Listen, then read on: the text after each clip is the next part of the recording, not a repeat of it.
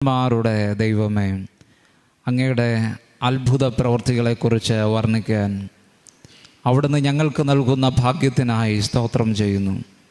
അവിടുത്തെ അത്ഭുതകരം ഞങ്ങളെ വിടുവിക്കുന്ന കരമാണ്, ഞങ്ങളെ സൗഖ്യമാക്കുന്ന കരമാണ്, ഞങ്ങളെ ആശീർവദിക്കുന്ന ആശ്വസിപ്പിക്കുന്ന കരമാണ്.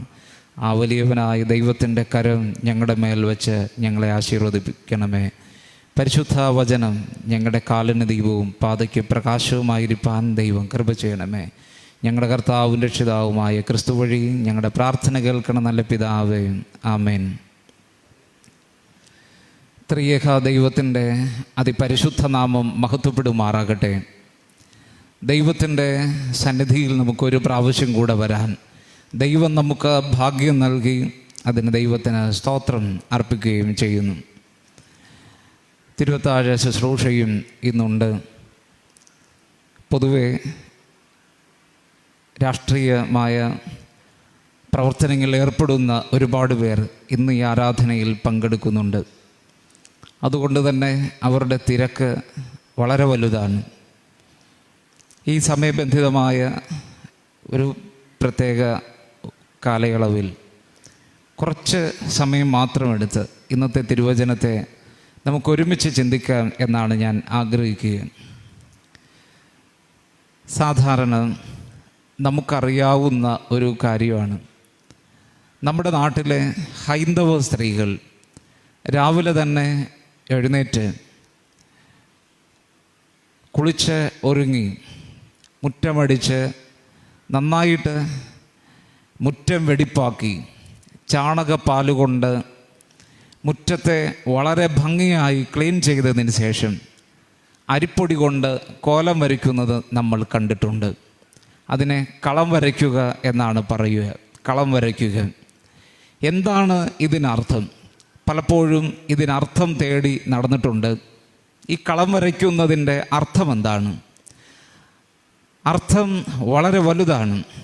ദേവന്മാർക്ക് ഈ ഭവനത്തിലേക്ക് സ്വാഗതം എന്ന് പറയുന്ന ഒരു വെൽക്കം ബോർഡാണ് അവർ മുറ്റത്ത് കളം വരയ്ക്കുന്നത് എന്ന് നമ്മൾ മനസ്സിലാക്കണം. അതൊരു വെൽക്കം ബോർഡാണ്. ദേവന്മാർക്ക് ഈ പ്രഭാതത്തിൽ ഈ ഭവനത്തിലേക്ക് സ്വാഗതം. അങ്ങനെ അവർ തങ്ങളെ തന്നെ ഒരുക്കിക്കൊണ്ട് ഈ മുറ്റത്തെയും അതിനുവേണ്ടി ക്രമീകരിക്കുകയാണ് എന്ന് നമ്മൾ മനസ്സിലാക്കുക. നാം ക്രിസ്ത്യാനികളാണ്. യേശു കർത്താവിനെ സ്വാഗതം ചെയ്തുകൊണ്ട് സാധാരണ ഈ കാലയളവിൽ ഒരുപാട് വിളക്കുകളും നക്ഷത്ര വിളക്കുകളും ഒക്കെ തൂക്കിയിടുകയും അതിൻ്റെ ക്രമീകരണങ്ങൾ ചെയ്യുകയും ചെയ്യുന്ന വ്യക്തികളാണ് നാം ഓരോരുത്തരും. എന്നാൽ നമ്മൾ ഇന്ന് ചിന്തിക്കുന്ന ഭാഗത്തേക്ക് നമ്മുടെ ശ്രദ്ധ കൊണ്ടുവന്നാൽ, ഒരു ശിശുവിനെ അയച്ചുകൊണ്ട് ദൈവം ഈ ലോകത്തെ ഒരുക്കുകയാണ്. തൻ്റെ പുത്രനായ ക്രിസ്തുവിനെ സ്വീകരിക്കാൻ വേണ്ടി ഒരു ശിശുവിനെ ലോകത്തേക്ക് മുൻകൂറായി അയക്കുന്ന ഒരു പ്രത്യേക അനുഭവത്തെയാണ് നമ്മളിന്ന് ചിന്തിക്കാനായിട്ട് ആഗ്രഹിക്കുന്നത്. ഈ വ്യക്തിയെക്കുറിച്ച് വേദപുസ്തകം പറയുന്നത്, അദ്ദേഹത്തിൻ്റെ ജനനത്തെ 2 വാക്യങ്ങളിൽ മാത്രമാണ് ലൂക്കോസ് എഴുതിയ സുവിശേഷത്തിൽ പറയുന്നത്. എന്നാൽ ആ ജനനത്തിൻ്റെ അർത്ഥവും ആ വ്യക്തിയായ യോഹന്നാൻ സ്നാപകൻ്റെ അർത്ഥവും പൊരുളും ഒക്കെ തന്നെ ഈ ലൂക്കോസ് എഴുതിയ സുവിശേഷം അദ്ദേഹം പറയാൻ ആഗ്രഹിക്കുന്നത് ആ ചെറിയ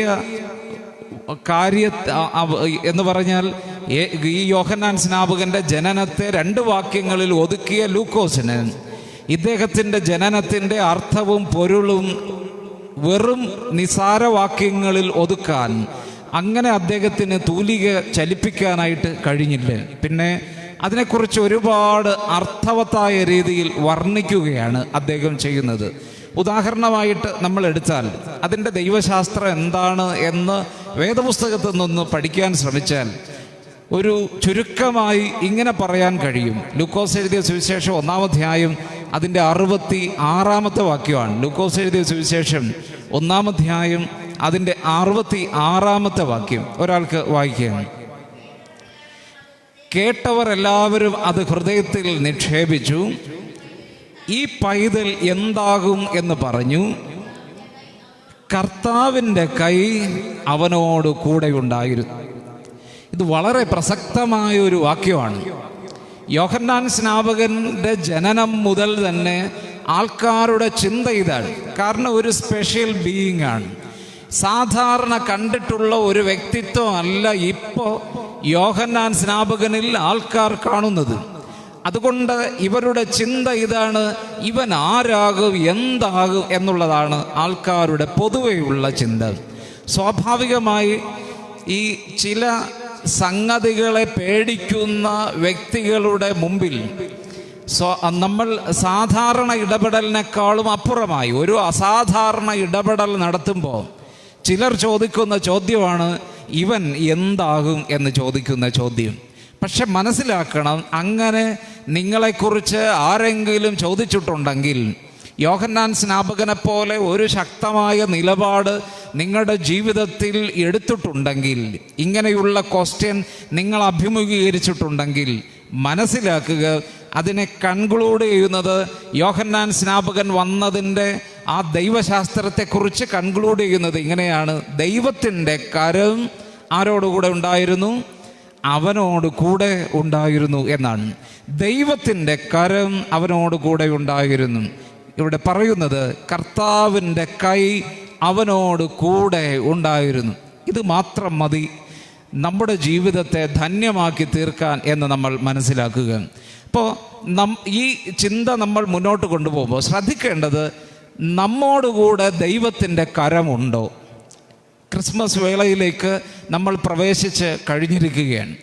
ദൈവത്തിൻ്റെ കരം നമ്മോട് കൂടെയുണ്ടോ? അങ്ങനെ ദൈവത്തിൻ്റെ കരം നമ്മോട് കൂടെയുണ്ട് എന്ന് നമുക്ക് തോന്നുന്നെങ്കിൽ അതിനെ തിരിച്ചറിയാനായി ചില ഉദാഹരണങ്ങൾ, അല്ലെങ്കിൽ തിരിച്ചറിയാനായി ചില സത്യങ്ങൾ ആ വ്യക്തിയുടെ സ്വഭാവത്തിൽ നിന്ന് ഇങ്ങനെ എടുത്തു കാണിക്കാനായിട്ട് പറ്റും. പ്രധാനമായും 4 കാര്യങ്ങളാണ്. ഒന്ന്, ദൈവത്തിൻ്റെ സമാധാനം ഭൂമിയിൽ കൊണ്ടുവരാനായിട്ട് ഒരാൾ തുനിയുന്നു എന്നുണ്ടെങ്കിൽ അയാളോടുകൂടെ ആരുണ്ട്? ദൈവത്തിൻ്റെ, കർത്താവിൻ്റെ കരമുണ്ട്. ദൈവത്തിൻ്റെ സമാധാനം ഈ ഭൂമിയിലേക്ക് കൊണ്ടുവരാൻ ആരൊക്കെ തുനിയുന്നുണ്ടോ അവരോടുകൂടെ ദൈവത്തിൻ്റെ കരമുണ്ട്. 2, പാർശ്വവൽക്കരിക്കപ്പെട്ടവരെ, പേരില്ലാതെ കഴിഞ്ഞവരെ ഒന്നിച്ച് നിർത്താൻ ഒരാൾ സാഹസമെടുക്കുകയാണ്. യോഹന്നാൻ സ്നാപകൻ അങ്ങനെ ഒരു സാഹസമെടുക്കുകയാണ്. പാർശ്വവൽക്കരിക്കപ്പെട്ടവർ, പേരില്ലാതെ കഴിഞ്ഞവർ, അവരെ ഒന്നിച്ചു നിർത്താൻ ഒരു അസാധാരണമായ ഒരു സാഹസം എടുക്കുന്നു എന്നുണ്ടെങ്കിൽ അവനോടുകൂടെ എന്തുണ്ട്? ദൈവത്തിൻ്റെ കരം അവനോട് കൂടെയുണ്ട്. ദൈവത്തിൻ്റെ കൈയില്ലാതെ അതിന് കഴിയില്ല എന്ന് മനസ്സിലാക്കുക. 3, തെറ്റിനെ തെറ്റ് എന്ന് ഏത് രാജാവിൻ്റെ മുമ്പിലും ചങ്കൂറ്റത്തോടെ പറയാൻ ഒരാളിന് ശേഷിയുണ്ടെങ്കിൽ അവനോട് കൂടെ ആരുണ്ട്? ദൈവത്തിൻ്റെ കരമുണ്ട്. യോഹന്നാൻ സ്നാപകരെ കുറിച്ച് നമുക്കറിയാം. ആ ചരിത്രത്തിലേക്ക് ഇന്ന് പ്രവേശിക്കാനായിട്ട് ആഗ്രഹിക്കുന്നില്ലല്ലോ.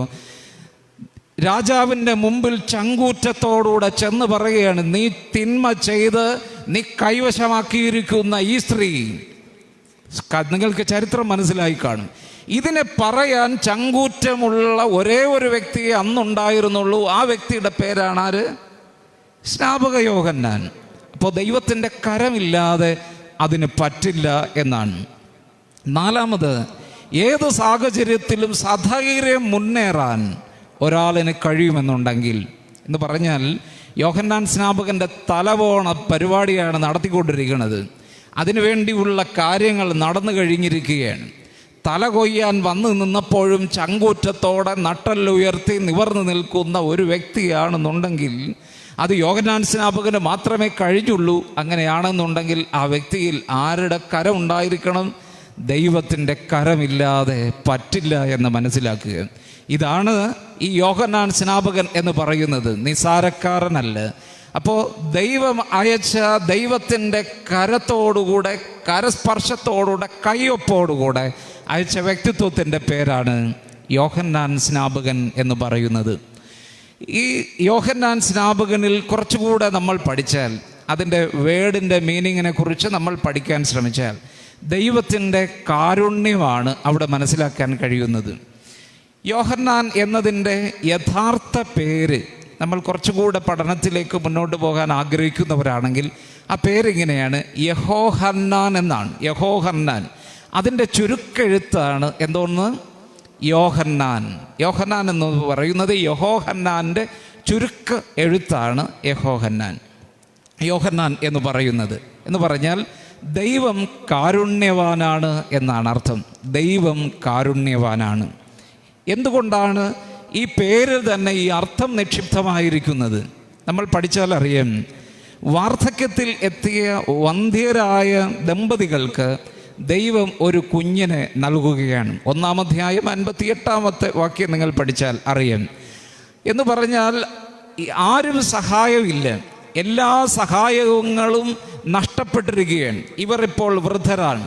സയൻസ് ഇവിടെ പരാജയപ്പെട്ടിരിക്കുകയാണ്. ആ സമയത്തും ദൈവത്തിൻ്റെ കരം യോഹന്നാനോട് കൂടെയുള്ളത് കൊണ്ട് ഈ വന്ധ്യരായ തൻ്റെ പാരൻസിനെ അനുഗ്രഹിച്ചുകൊണ്ട് യോഹന്നാനെ ഇവരുടെ ഉദരത്തിൽ നൽകുകയാണ്. പ്രിയ ദൈവമക്കളെ, ഇത് ദൈവത്തിൻ്റെ കാരുണ്യമാണ് എന്ന് നമ്മൾ മനസ്സിലാക്കുക. രണ്ടാമത്, ദൈവത്തിൻ്റെ കരം കൂടെയുണ്ട് എന്ന ഒരു പ്രത്യേകത ഇവൻ കുഞ്ഞായിരുന്നപ്പോൾ തന്നെ നമുക്ക് മനസ്സിലാക്കാൻ കഴിയും. കാരണം ശക്തമായ പ്രവൃത്തികൾ ചെയ്യാനുള്ള കഴിവ് ആർക്കുണ്ടായിരുന്നു? യോഹന്നാൻ സ്നാപകന് ഉണ്ടായിരുന്നു.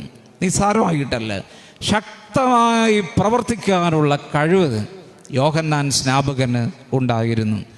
മൂന്നാമത് ഒരു കാര്യം കൂടെ ഈ ഭാഗത്ത് നിന്ന് എടുക്കാനായിട്ട് പറ്റും. അവൻ പുതിയ ഉടമ്പടിക്ക് വഴിയൊരുക്കുകയാണ്. അതിനെക്കുറിച്ച് വ്യാഖ്യാനിക്കാനുള്ള സമയം പോരാ. എന്ന് പറഞ്ഞാൽ പീഡകരിൽ നിന്നുള്ള വിമോചനമാണ് ഇവിടത്തെ പുതിയ ഉടമ്പടി എന്ന് പറയുന്നത്. പുതിയ തലമുറയിലെ ഒരു അത്ഭുത സിദ്ധിയാണ് ഈ യോഹന്നാൻ എന്ന് നമ്മൾ മനസ്സിലാക്കുക. അപ്പോൾ നമ്മുടെ ഇന്ന് നിങ്ങളുടെ ചലഞ്ചായിട്ട്, ഒരു വെല്ലുവിളിയായിട്ട് എടുക്കേണ്ട ഒരു ചോദ്യം ഇതാണ്: ഈ തലമുറയിൽ ഒരു അത്ഭുത സിദ്ധിയായി നിലനിൽക്കാൻ യോഹന്നാൻ സ്നാപകനെ പോലെ നമുക്ക് കഴിയുന്നുണ്ടോ, അല്ലെങ്കിൽ നമുക്ക് കഴിയുമോ എന്നതാണ് ഇന്നത്തെ പ്രധാനപ്പെട്ട ചോദ്യം. ഇതിൻ്റെ അടുത്ത പാർട്ടിലേക്ക് പോകുകയാണ്. യോഹന്നാൻ സ്നാപകനെ കുറിച്ച് ചുരുങ്ങിയതായി, തൻ്റെ പേഴ്സണാലിറ്റിയെ കുറിച്ച് ചുരുക്കമായി ഒരു 3 കാര്യങ്ങളാണ്. ഒന്ന്, ഉയർന്ന ആത്മാഭിമാനമുള്ളവനാണ് യോഹന്നാൻ സ്നാപകൻ. സെൽഫ് എസ്റ്റീം എന്ന് പറയും. ഉയർന്ന ആത്മാഭിമാനമുള്ളവനാണ് യോഹന്നാൻ സ്നാപകൻ. രണ്ടാമത്, ആത്മബോധമുള്ളവനാണ് യോഹന്നാൻ സ്നാപകൻ. സെൽഫ് കോൺഷ്യസ്നസ് എന്ന് പറയും. ഉയർന്ന ആത്മാഭിമാനം, ഉയർന്ന ആത്മബോധം ഉള്ളവനാണ് യോഹന്നാൻ സ്നാപകൻ. മൂന്നാമത്, തന്നെക്കുറിച്ച് തന്നെ ഒരു മതിപ്പുള്ളവനാണ് ആര്? യോഹന്നാൻ സ്നാപകൻ. നിങ്ങൾ ആ സ്നാപക യോഹന്നാൻ്റെ ചരിത്രമൊന്ന് പഠിച്ചാൽ മനസ്സിലാവും. തന്നെക്കുറിച്ച് വളരെ നല്ലൊരു മതിപ്പുള്ളവനാണ് യോഹന്നാൻ സ്നാപകൻ. എന്ന് പറഞ്ഞാൽ ഒരു നല്ല ഇംപ്രഷൻ, ഇങ്ങനെ കാണുന്നവരുടെ മുമ്പിൽ ഒരു നല്ല ഇംപ്രഷൻ അദ്ദേഹത്തിനുണ്ടായിരുന്നു. അപ്പോൾ കാണുന്ന ആൾക്കാർ തന്നെ ഒരു വ്യത്യസ്തനായി യോഹന്നാനെ കണ്ടിരുന്നു. ആ ഒരു ഇംപ്രഷൻ നമ്മുടെ മുഖത്ത് അല്ലെങ്കിൽ നമ്മിലുണ്ടോ? സ്വയം ചിന്തിക്കേണ്ടതാണ്. അപ്പോൾ യോഹന്നാൻ സ്നാപകനെ കുറിച്ച് പ്രധാനമായും 3 കാര്യങ്ങളാണ്, തൻ്റെ വ്യക്തിത്വത്തെക്കുറിച്ച് വീണ്ടും എടുത്ത ഒരു 3 കാര്യങ്ങളാണ് പറഞ്ഞത്. 1, ഉയർന്ന ആത്മാഭിമാനമുള്ളവനാണ്. 2, ഉയർന്ന ആത്മബോധമുള്ളവനാണ്. 3, ഒരു ഇംപ്രഷൻ, തന്നെക്കുറിച്ചൊരു മതിപ്പുള്ളവരാണ്. ആര്? യോഹന്നാൻ സ്നാപകൻ. ഇന്ന് പലർക്കും മതിപ്പുണ്ട്. അത് ഭയങ്കര രസമാണ്. എന്ന് പറഞ്ഞാൽ ഒരു ചെറിയൊരു ഒരു സംഭവമായിരിക്കാം, അല്ലെങ്കിൽ ഇതുപോലുള്ള കാര്യങ്ങൾ നടക്കുന്നുണ്ടായിരിക്കും. ഒരു ചെറിയൊരു കാര്യം, ഒരാളെ കമ്പനിയിൽ ചീഫ് എക്സിക്യൂട്ടീവായിട്ടാണ് തിരഞ്ഞെടുത്തത്. എന്നാൽ ഇയാൾക്കറിയാം അതിനുള്ള ക്വാളിറ്റി ഒന്നും തനിക്കില്ല. അതുകൊണ്ട് ഈ കമ്പനിയുടെ ചീഫ് എക്സിക്യൂട്ടീവായിട്ട് ഇത്രയും ജീവനക്കാരുടെ ഒരു പ്രധാനിയായിട്ട് ഇരിക്കാനുള്ള ക്വാളിറ്റി ഒന്നും അദ്ദേഹത്തിന് ഇല്ല എന്ന് അദ്ദേഹത്തിന് തന്നെ അറിയാം. അതുകൊണ്ട് ഈ ഒരു അപകർഷതാബോധം ഇയാളെ ഒരുപാട് ഭരിച്ചുകൊണ്ടിരുന്നു. എന്നാൽ ഇയാൾ ഇതിൽ നിന്ന് പുറത്ത് കടക്കാൻ വേണ്ടി ഒരുപാട് കാര്യങ്ങൾ ചെയ്തത് എന്ന് പറഞ്ഞാൽ, ഒരിക്കൽ ഇദ്ദേഹം ഒരു കറങ്ങണ കസേരയൊക്കെ വാങ്ങിച്ചിട്ട് വിശാലമായിട്ട് അങ്ങിരുന്നു. ആരാണ് പാർട്ടി? ആരാ? ചീഫ് എക്സിക്യൂട്ടീവ് ആണ്, ഒരു കമ്പനിയിലെ ചീഫ് എക്സിക്യൂട്ടീവ് ആണ്. അങ്ങനെ കറങ്ങണ കസേരയൊക്കെ വാങ്ങിച്ചിട്ട് അതിൽ വിശാലമായിട്ട് ഞെളിഞ്ഞങ്ങ് ഇരുന്നു. കുറച്ചു നേരം കഴിഞ്ഞപ്പോൾ ഒരാൾ വന്ന് ഇദ്ദേഹത്തിൻ്റെ കതകിൽ മുട്ടി.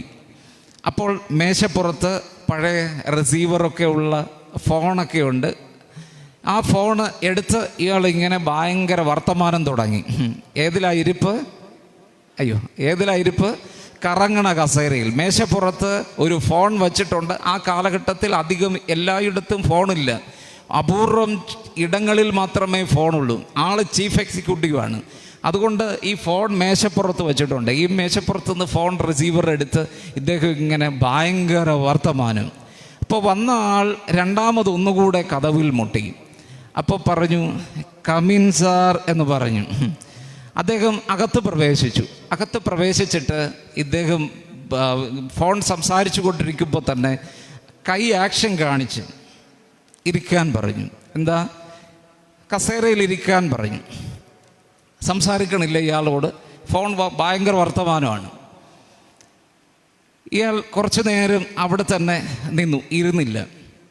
അപ്പോൾ ഈ മനുഷ്യൻ വീണ്ടും ഇദ്ദേഹത്തിനോട് ഇവിടെ ചോദിക്കുകയാണ്, what can I do for you? What can I do for you? ഞാൻ എന്താണ് നിങ്ങൾക്ക് വേണ്ടി ചെയ്തു തരേണ്ടത്? സംസാരം നിർത്തണില്ല, ചെവിയിൽ എന്തുണ്ട്?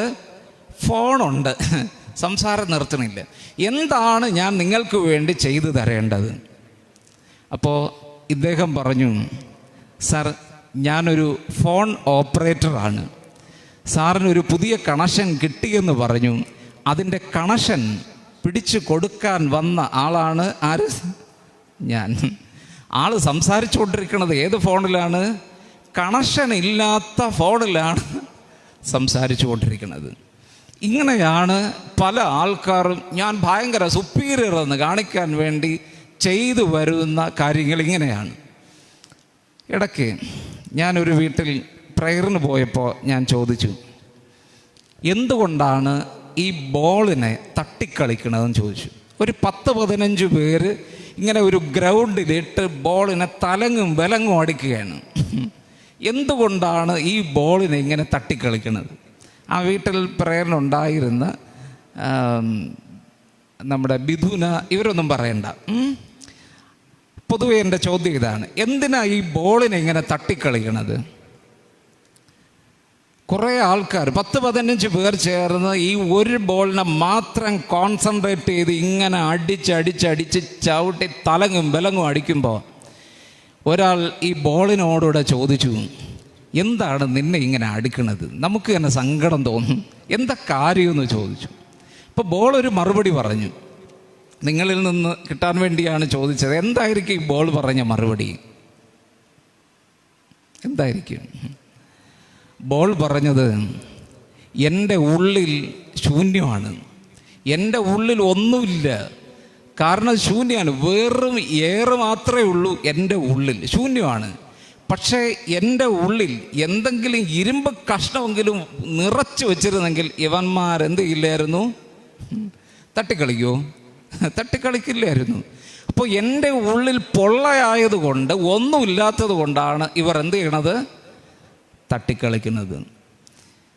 ഒന്നുമില്ല എന്ന് തോന്നുന്നവർ എല്ലാം ഉണ്ട് എന്ന് വരുത്തി തീർക്കുന്ന ഒരു പ്രക്രിയയാണ് ഇന്ന് ഒരുപാടിടത്ത് കണ്ടുകൊണ്ടിരിക്കുന്നത്.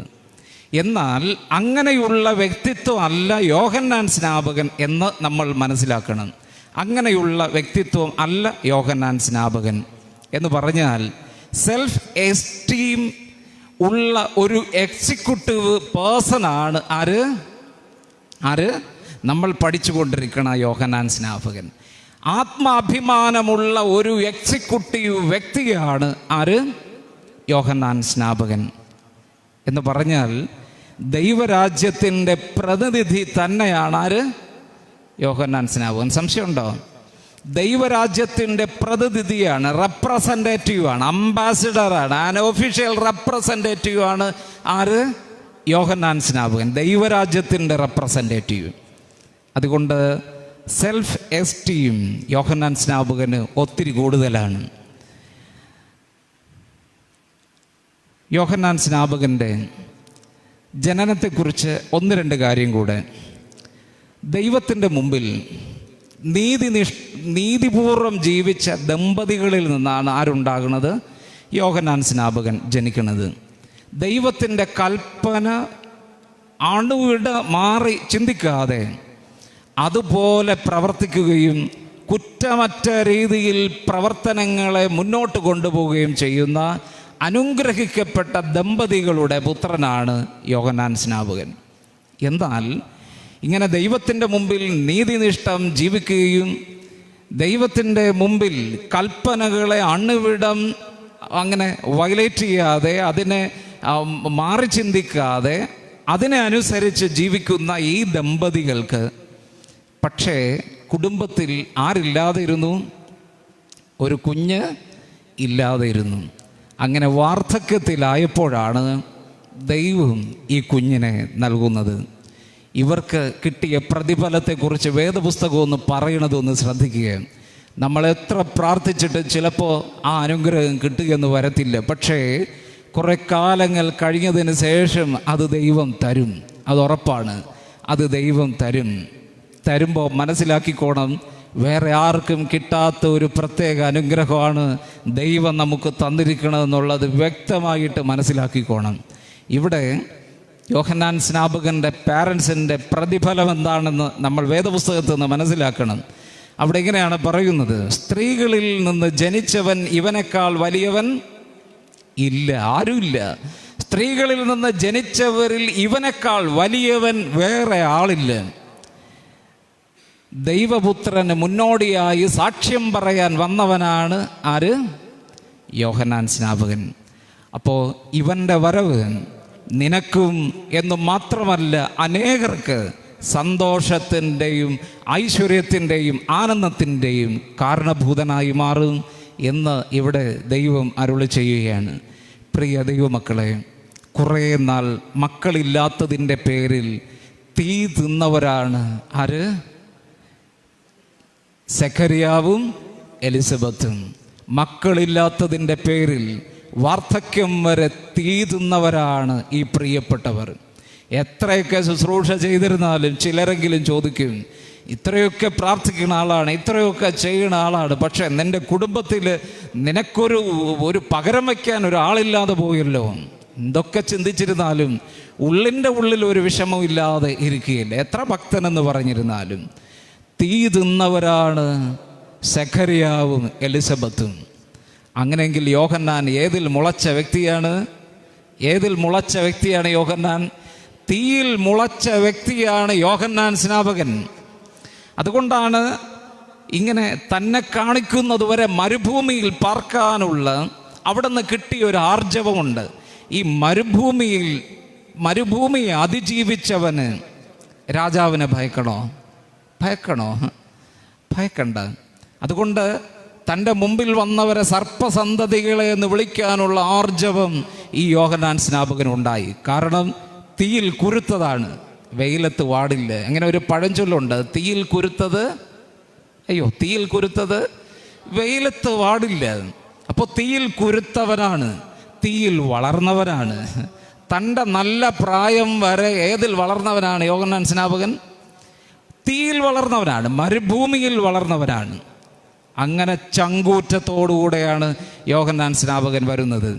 തന്നെ കണ്ടാൽ മറ്റുള്ളവർ മതിക്കുന്ന ലെവലിലുള്ള ഒരുപക്ഷെ ഫേസ് എക്സ്പ്രഷൻ ഉണ്ട്, അതുണ്ട്. പക്ഷേ ഡ്രസ് മറ്റുള്ളവരെ പോലെ നല്ല ഡ്രസ്സില്ല, നല്ല ഭക്ഷണം യോഹന്നാൻ സ്നാപകനില്ല. യോഹന്നാൻ സ്നാപകൻ്റെ ഡ്രസ്സ് എന്തോന്നാണ്? ഒട്ടകരോമം കൊണ്ടുള്ള ഉടുപ്പ്. അരയിൽ എന്തുണ്ട്? ഒരു തോൽവാറുണ്ട്.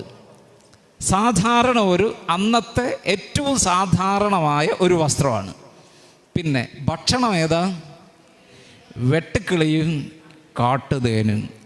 ഈ വഴിയെ പോകുമ്പോൾ കാണണ വെട്ടുക്കിളി വീട്ടിലുണ്ടല്ലോ, ഇതെടുത്ത് കഴിക്കണവന് പിന്നെ വിളമ്പുന്ന ചിക്കൻ ഫ്രൈയും മട്ടൺ ഫ്രൈയും സ്റ്റൂ ഇങ്ങനെ തുടങ്ങി ഉള്ള സംഗതികൾ ഇവൻ്റെ മനസ്സിനെ ഭരിക്കുകയില്ല. ഇതാണ് യോഹന്നാൻ സ്നാപകൻ്റെ പ്രത്യേകത. പ്രിയ ദൈവമക്കളെ, നിങ്ങളുടെ ചിന്തകളിലേക്ക് തുടർന്ന് വിട്ടിരിക്കുകയാണ്. ഈ ക്രിസ്മസ് കാലയളവിലേക്ക് നമ്മൾ പ്രവേശിക്കുമ്പോൾ ഈ യോഹന്നാൻ സ്നാപകനെ കുറിച്ച് നമ്മൾ ചിന്തിക്കുമ്പോൾ, നമ്മൾ പ്രസംഗിക്കുമ്പോൾ, നമ്മൾ ധ്യാനിക്കുമ്പോൾ ഇത് പ്രസംഗിക്കാനുള്ള, ഇത് ധ്യാനിക്കാനുള്ള ഒരു ക്വാളിറ്റി, കുറച്ചെങ്കിലും ക്വാളിറ്റി നമുക്കുണ്ടോ എന്ന് സ്വയം ഒന്ന് ചിന്തിക്കുക, വിലയിരുത്തുക. ഇല്ലെങ്കിൽ യോഹന്നാൻ സ്നാപകൻ്റെ ജീവിതത്തിലേക്ക് മടങ്ങി, വളരെ ബോധപൂർവം മടങ്ങി വരിക, ധൈര്യത്തോടുകൂടെ ജീവിക്കുക. തീയിൽ മുളച്ച വ്യക്തികളാണ് ഇവിടെ ഇരിക്കണ ഓരോരുത്തരും എന്നെനിക്കറിയാം. നല്ല ബോധ്യമുണ്ട്. പഴയ കാലത്തിൽ ഒരുപാട് വേദനയേറ്റ് വളർന്ന പാരൻസിൻ്റെ മക്കളാണ് ഇന്നിവിടെ ഇരിക്കുന്നവർ. നിങ്ങൾ എന്ത് ചെയ്യാൻ പാടില്ല? വെയിലത്ത് വാടാൻ പാടില്ല. ഇപ്പോൾ പിതാവായ ദൈവം, പുത്രനായ ദൈവം, പരിശുദ്ധാത്മാവായ ദൈവം നമ്മുടെ ചിന്തകളെ ബലപ്പെടുത്തട്ടെ. ആമേൻ. നമുക്കെല്ലാവർക്കും എഴുന്നേറ്റ് നിന്ന് നിഖ്യാവിശ്വാസ പ്രമാണത്തിൻ്റെ വാക്കുകളിലൂടെ നമ്മുടെ വിശ്വാസം നമുക്ക് പ്രഖ്യാപിക്കാം. ആരാധനക്രമം 39 പുറം.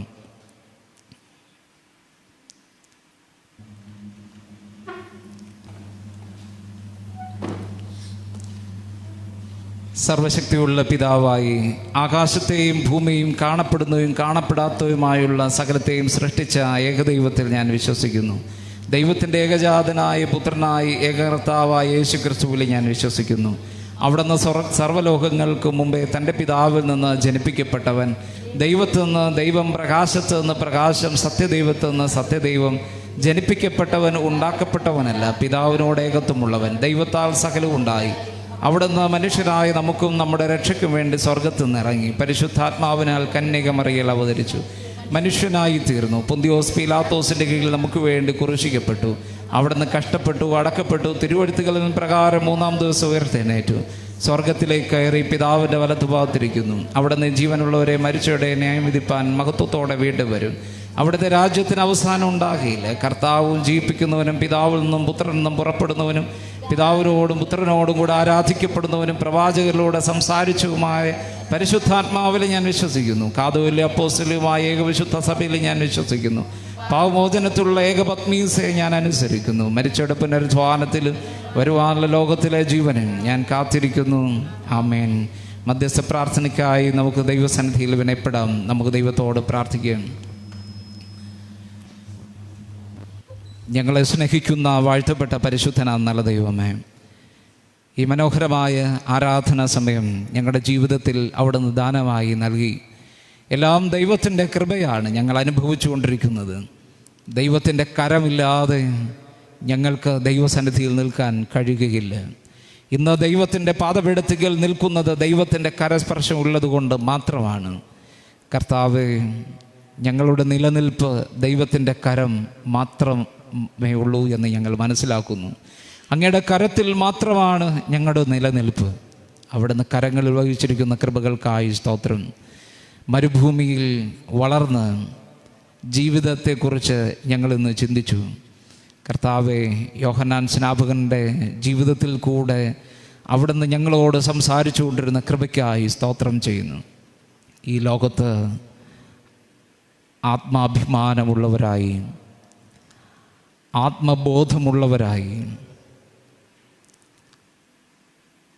തന്നെ കുറിച്ച് എക്സ്പ്രഷൻ ഉള്ളവരായി ഇങ്ങനെ ജീവിക്കാൻ ഞങ്ങൾക്ക് ആവശ്യമായ ഊർജം, ആർജവം ഞങ്ങൾക്ക് നൽകണമേ. ഇല്ലാത്തതിനെ ഉണ്ട് എന്ന് പൊലിപ്പിച്ച് കാണിക്കുന്ന അനുഭവമല്ല കർത്താവെ. എല്ലാം അറിയുന്നത് അവിടുന്ന് മാത്രമാണ്. ദൈവം നൽകിയ ആത്മവീര്യത്തെ കെടുത്തിക്കളയാതെ ദൈവസന്നിധിയിൽ സമർപ്പണമുള്ള ജീവിതം നയിച്ച് മുന്നേറാൻ അവിടുന്ന് ഞങ്ങൾക്ക് വേണ്ടുന്ന കൃപ നൽകണമേ.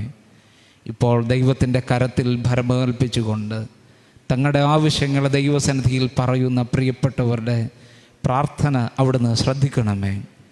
അന്നാവശ്യമായ എല്ലാ അനുഗ്രഹങ്ങളും ദൈവം നൽകണമേ. അവിടുന്ന് അന്നന്നേക്കുള്ള ആഹാരം നൽകുന്ന സർവശക്തനായ ദൈവമാകയാൽ സ്തോത്രം. ദൈവകൃപ കൂടെ ഉണ്ടാകണമേ. എല്ലാ ജനത്തെയും വഴി നടത്തണമേ. സ്വർഗീയ കരം അങ്ങയുടെ മക്കളുടെ നെറുകമേൽ വയ്ക്കണമേ. ഏതുതരം പ്രയാസമായിരുന്നാലും അവിടുത്തെ മക്കളുടെ ജീവിതത്തിലെ പ്രയാസങ്ങൾ, കീറാമുട്ടിയായി നിൽക്കുന്ന പ്രയാസങ്ങൾ എല്ലാം യേശു കർത്താവിൻ്റെ നാമത്തിൽ അവിടുന്ന് എടുത്തു മാറ്റണമേ. അനുഗ്രഹത്തിൻ്റെ വാതിലുകളെ അവിടുന്ന് തുറന്നു കൊടുക്കണമേ. സ്വർഗീയ അനുഭവത്തെ, അനുഗ്രഹത്തെ, നന്മയെ അവിടെ നൽകി പ്രദാനം ചെയ്യണമേ. വരുന്ന 8-ാം തീയതി നടക്കുന്ന ഇലക്ഷനായും ഞങ്ങൾ പ്രത്യേകം പ്രാർത്ഥിക്കുന്നു. എല്ലാറ്റിലും ദൈവത്തിനൊരു പദ്ധതിയുണ്ട്. അതിന് വിനയപ്പെടുന്നു. കർത്താവ് പ്രവർത്തിച്ചുകൊണ്ടിരിക്കുന്നതേക്കായി സ്തോത്രം. നന്മകളാൽ നിറയ്ക്കണം, എല്ലാ ജനത്തെയും ഒരുക്കണം, അനുഗ്രഹിച്ചു കൊള്ളണമേ. കർത്താവിൻ്റെ കരങ്ങളിലേക്ക് ഭരമേൽപ്പിച്ച് പ്രാർത്ഥിക്കുന്ന എല്ലാവരുടെ മേലും ദൈവത്തിൻ്റെ ആത്മാവ് പരിമഞ്ഞായി പെയ്തിറങ്ങണമേ. അനുഗ്രഹിച്ചയക്കണം.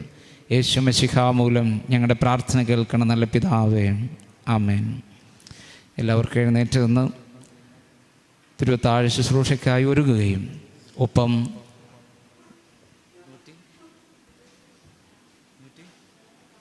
146-ാമത്തെ ഗീതം കൊയറിനോട് ചേർന്ന് പാടുകയും ചെയ്യാം. 146-ാമത്തെ ഗീതം.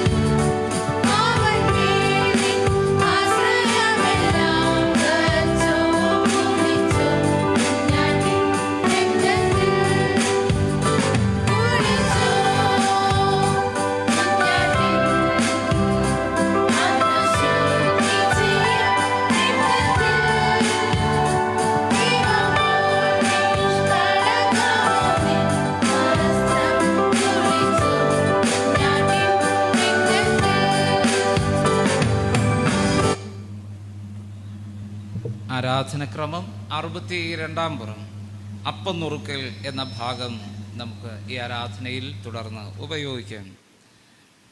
ഇതാ സഹോദരി സഹോദരന്മാർ ഒത്തൊരുമിച്ച് വസിക്കുന്നത് എത്ര ശുഭവും എത്ര മനോഹരവുമാകുന്നു. അപ്പം ഒന്നാകൊണ്ട് പലരായ നാം ഒരു ശരീരമാകുന്നു. നാം എല്ലാവരും ആ ഒരേ ശരീരത്തിൻ്റെ അംശികൾ അല്ലയോ?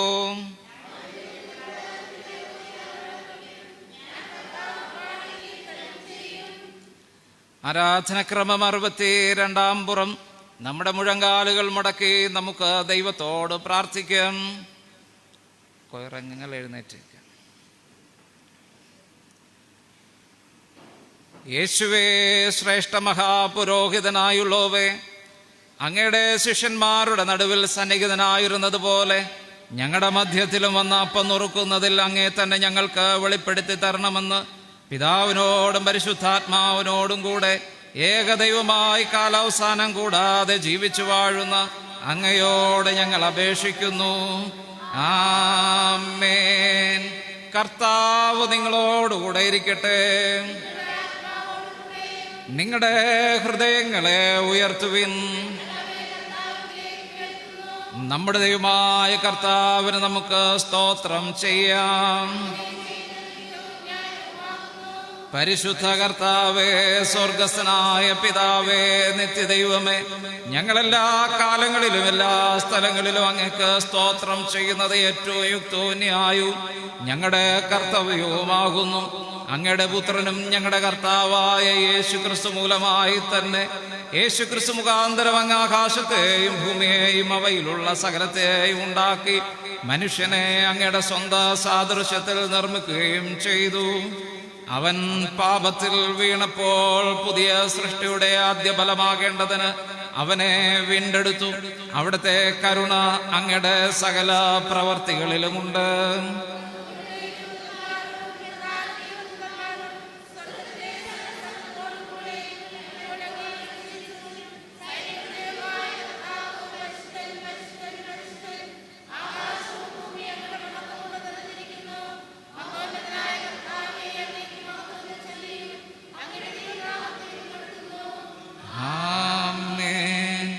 കർത്താവിന്റെ നാമത്തിൽ വരികയും വരുവാനിരിക്കുകയും ചെയ്യുന്ന അങ്ങേ വാഴ്ത്തുന്നു.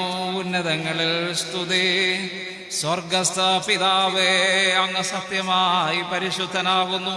അങ്ങ് സത്യമായി വാഴ്ത്തപ്പെട്ടവനാകുന്നു. മനുഷ്യവർഗത്തോടുള്ള അങ്ങയുടെ ആർദ്ര സ്നേഹം കൊണ്ട് അവിടുത്തെ ഏകപുത്രനായ യേശുക്രിസ്തുവിനെ ഞങ്ങളുടെ മനുഷ്യ സ്വഭാവത്തെ എടുക്കാനും ഞങ്ങളെ വീണ്ടെടുക്കാനുമായി കുരിശിന്മേൽ മരണം അനുഭവിക്കാനും തന്നുവല്ലോ. അവിടുന്ന് ഒരിക്കലായി തന്നെ ഏക വഴിപാടായി അർപ്പിച്ചതിനാൽ സർവ്വലോകത്തിന്റെയും പാപങ്ങൾക്കായി തികവായി പൂർണ്ണമായി മതിയാകുന്ന യാഗവും വഴിപാടും പ്രതിശാന്തിയും തികയ്ക്കുകയും താൻ വീണ്ടും വരുവോളം തന്റെ വിലയേറിയ മരണത്തെക്കുറിച്ചുള്ള ഓർമ്മ നിയമിക്കുകയും അതെപ്പോഴും ആചരിക്കണമെന്ന് തന്റെ വിശുദ്ധ സുവിശേഷത്തിൽ ഞങ്ങളോട് കൽപ്പിക്കുകയും ചെയ്തുവല്ലോ. അവിടുന്ന് താൻ ഒറ്റിക്കൊടുക്കപ്പെട്ട രാത്രിയിൽ തന്നെ അപ്പം എടുത്തു, സ്തോത്രം ചൊല്ലി നുറുക്കി തന്റെ ശിഷ്യന്മാർക്ക് കൊടുത്തു പറഞ്ഞു, വാങ്ങി ഭക്ഷിപ്പിൻ, ഇത് എന്റെ ശരീരമാകുന്നു. അത്താഴം കഴിഞ്ഞതിന് ശേഷം പാനപാത്രം എടുത്തു സ്തോത്രം ചൊല്ലി അവർക്ക് കൊടുത്തു പറഞ്ഞു, നിങ്ങളെല്ലാവരും ഇതിൽ നിന്ന് കുടിപ്പിൻ. എന്തുകൊണ്ടെന്നാൽ ഇത് നിങ്ങൾക്കും അനേകർക്കും വേണ്ടി ചൊരിയുന്ന പാപമോചനത്തിന്റെ പുതിയ നിയമത്തിന്റെ രക്തം ആകുന്നു. കർത്താവേ, അങ്ങയുടെ മരണം ഞങ്ങൾ കൊണ്ടാടുന്നു. അങ്ങയുടെ ഉയർപ്പ് ഞങ്ങൾ ഏറ്റുപറയുന്നു. അങ്ങയുടെ രണ്ടാമത്തെ വരവ് ഞങ്ങൾ കാത്തിരിക്കുന്നു. അങ്ങയുടെ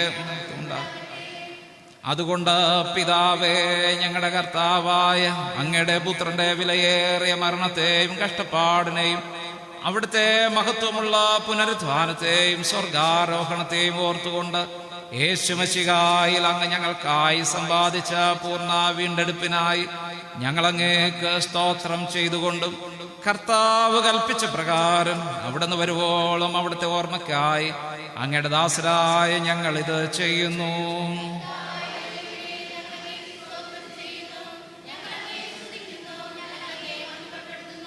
കരുണയുള്ള പിതാവേ, ഞങ്ങളെയും അങ്ങയുടെ ഈ ദാനങ്ങളായ അപ്പത്തെയും വീഞ്ഞിനെയും അങ്ങയുടെ പരിശുദ്ധാത്മാവിനാൽ ശുദ്ധീകരിക്കണമേ. ഞങ്ങൾ മുറിക്കുന്ന ഈ അപ്പം ക്രിസ്തുവിന്റെ ശരീരത്തിന്റെ കൂട്ടായ്മയും ഞങ്ങൾ വാഴ്ത്തുന്ന ഈ പാനപാത്രം ക്രിസ്തുവിന്റെ രക്തത്തിന്റെ കൂട്ടായ്മയും ആകേണ്ടതിന് കൃപ നൽകണമെന്ന് ഞങ്ങൾ താഴ്മയോടെ അപേക്ഷിക്കുന്നു. അങ്ങനെ യേശു ക്രിസ്തുവിൽ യോജിപ്പിക്കപ്പെട്ട് ഞങ്ങളെല്ലാവരും വിശ്വാസത്തിന്റെ ഐക്യം പ്രാപിച്ച് തലയാകുന്ന മശിഹായ്ക്ക് അനുയോജ്യമാം വിധം സകലത്തിലും വളരേണ്ടതിന് കൃപ നൽകണമേ. ക്രിസ്തു മൂലമായും ക്രിസ്തുവിനോടുകൂടെയും പരിശുദ്ധാത്മാവിന്റെ ഐക്യത്തിൽ സർവശക്തനായ പിതാവേ, അങ്ങക്ക് സകല ബഹുമാനവും മഹത്വവും കാലാവസാനം കൂടാതെ ഉണ്ടായിരിക്കട്ടെ. ആമേൻ. നമ്മുടെ രക്ഷിതാവായ ക്രിസ്തു ആജ്ഞാപിക്കുകയും പഠിപ്പിക്കുകയും ചെയ്ത പ്രകാരം നാം ധൈര്യത്തോടെ പ്രാർത്ഥിക്കുന്നത്: സ്വർഗസ്ഥനായ ഞങ്ങളുടെ പിതാവേ, തിരുനാമം ശുദ്ധീകരിക്കപ്പെടണമേ, തിരുരാജ്യം വരണമേ, തിരുവിഷ്ട സ്വർഗത്തെ പോലെ ഭൂമിയിലാകണമേ. ഞങ്ങൾക്ക് ആവശ്യമുള്ള ആഹാരം തരണമേ. ഞങ്ങളുടെ കടക്കാരോട് ഞങ്ങൾ ക്ഷമിച്ചിരിക്കുന്നത് പോലെ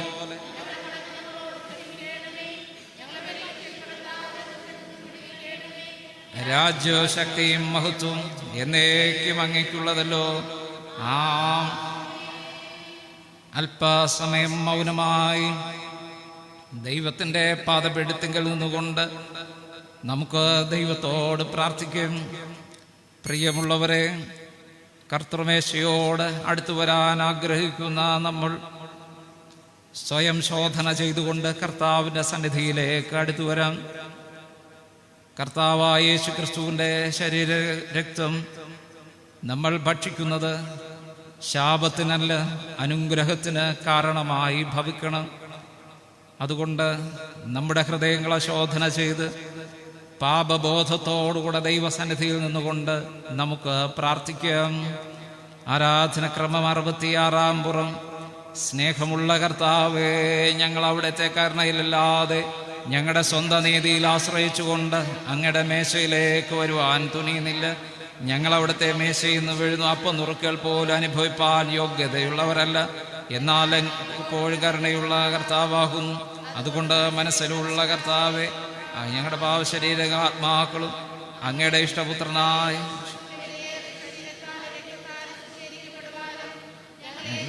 യേശു ക്രിസ്തു ഞങ്ങളിലും ഞങ്ങൾ അവിടുത്തെ മാംസം ഭക്ഷിക്കുകയും അവിടുത്തെ രക്തം കുടിക്കുകയും ചെയ്യേണ്ടതിന് കൃപ തരണമേ. ആമേൻ. നാം നുറുക്കുന്ന ഈ അപ്പം ക്രിസ്തുവിൻ്റെ ശരീരത്തിൻ്റെ കൂട്ടായ്മ അല്ലയോ? നാം വാഴ്ത്തുന്ന ഈ പാനപാത്രം ക്രിസ്തുവിൻ്റെ രക്തത്തിൻ്റെ കൂട്ടായ്മ അല്ലയോ?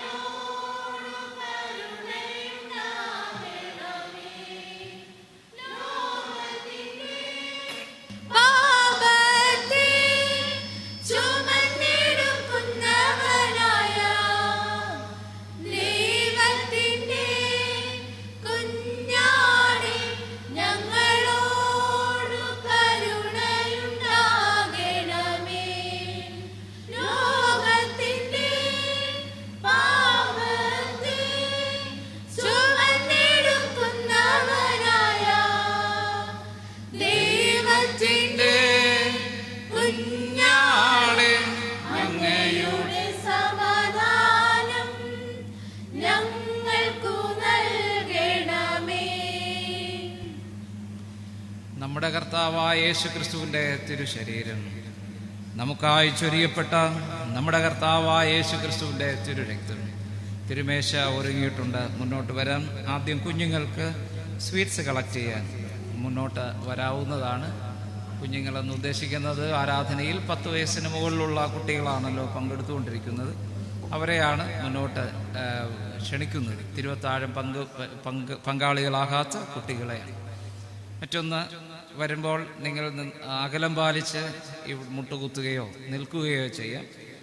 ഒരേ സമയത്ത് തന്നെ അപ്പവും വൈനും യേശുവിൻ്റെ ശരീരവും രക്തവും ഒരേ സമയത്ത് തന്നെ നൽകും. നിങ്ങൾക്ക് സ്തോത്രത്തോടുകൂടെ അത് വാങ്ങാവുന്നതാണ്.